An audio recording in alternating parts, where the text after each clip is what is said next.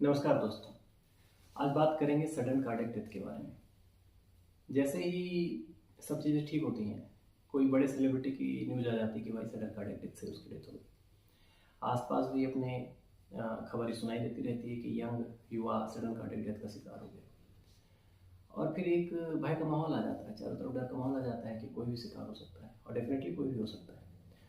पर क्या हम लोग इसके रिस्क को पहचान सकते हैं और क्या कुछ किया जा सकता है? तो बहुत कुछ किया जा सकता है, पर रिस्क पहचानना होगा। सडन कार्डियक डेथ उस डेथ को कहते हैं जब प्रिज्यूम टू बी कार्डियक काज, यानी कि कार्डियक काज मानते हुए कोई डेथ होती है या फिर कार्डियक लक्षण के आने के विदिन 1 घंटे के अंदर डेथ हो जाए। अब सडन कार्डियक डेथ है और इसका नाम ही है सडन, यानी अचानक से आने वाली हार्ट की डेथ, तो जरूर हार्ट में कुछ होगा।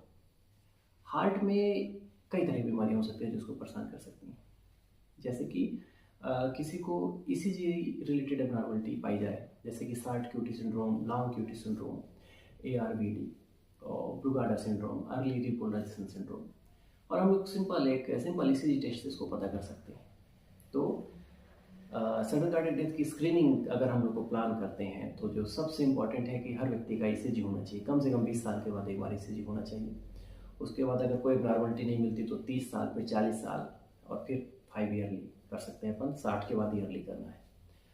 सेकेंड नंबर, कोई अपने को हार्ट की डिसीज हमारे फैमिली में, आपने जैसे कि कोई कार्डियोमायोपैथी हो, कॉन्जेनिटल हार्ट डिसीज हो, हार्ट दिल में छेद हो, ये भी सडन कार्डियक डेथ का कारण बनता है, तो इसके ऊपर अपने को नज़र रखना है।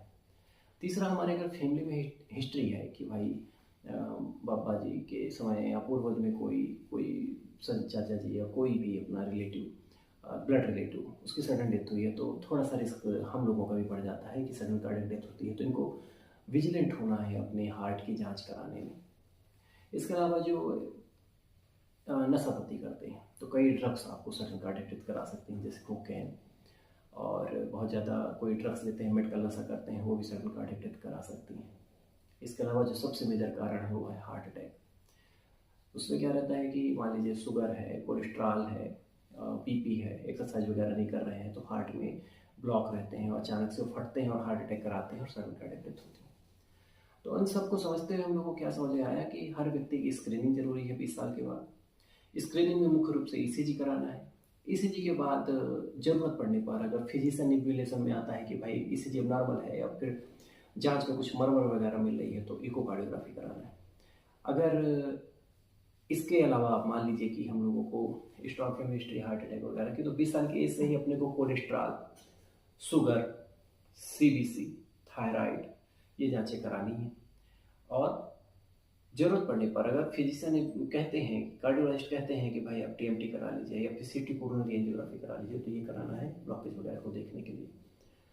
इन सब चीज़ों से अगर पता चल जाता है तो समय पे अपन कोलेस्ट्रॉल कंट्रोल कर सकते हैं, शुगर कंट्रोल कर सकते हैं, बीपी कंट्रोल कर सकते हैं, और ईसीजी में कोई एबनॉर्मलिटी आती है तो उस हिसाब से ड्रग अपन ऑप्टिमाइज कर सकते हैं। इको में कोई एबनॉर्मलिटी आती है तो उस हिसाब से ड्रग ऑप्टिमाइज कर सकते हैं।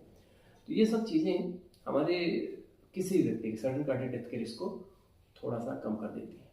पूर्ण रूप से हम किसी भी व्यक्ति को पूर्ण रूप से एलिमिनेट नहीं कर सकते, पर हम लोग काफ़ी हद तक उसको कंट्रोल कर सकते हैं। तो सडन कार्डियक डेथ में ये समझना है कि स्क्रीनिंग ही है जो आपको बचा सकती है, अन्यथा सडन कार्डियक डेथ से बचने का कोई अभी तक श्योर शॉट फार्मूला या कोई दवाई नहीं है।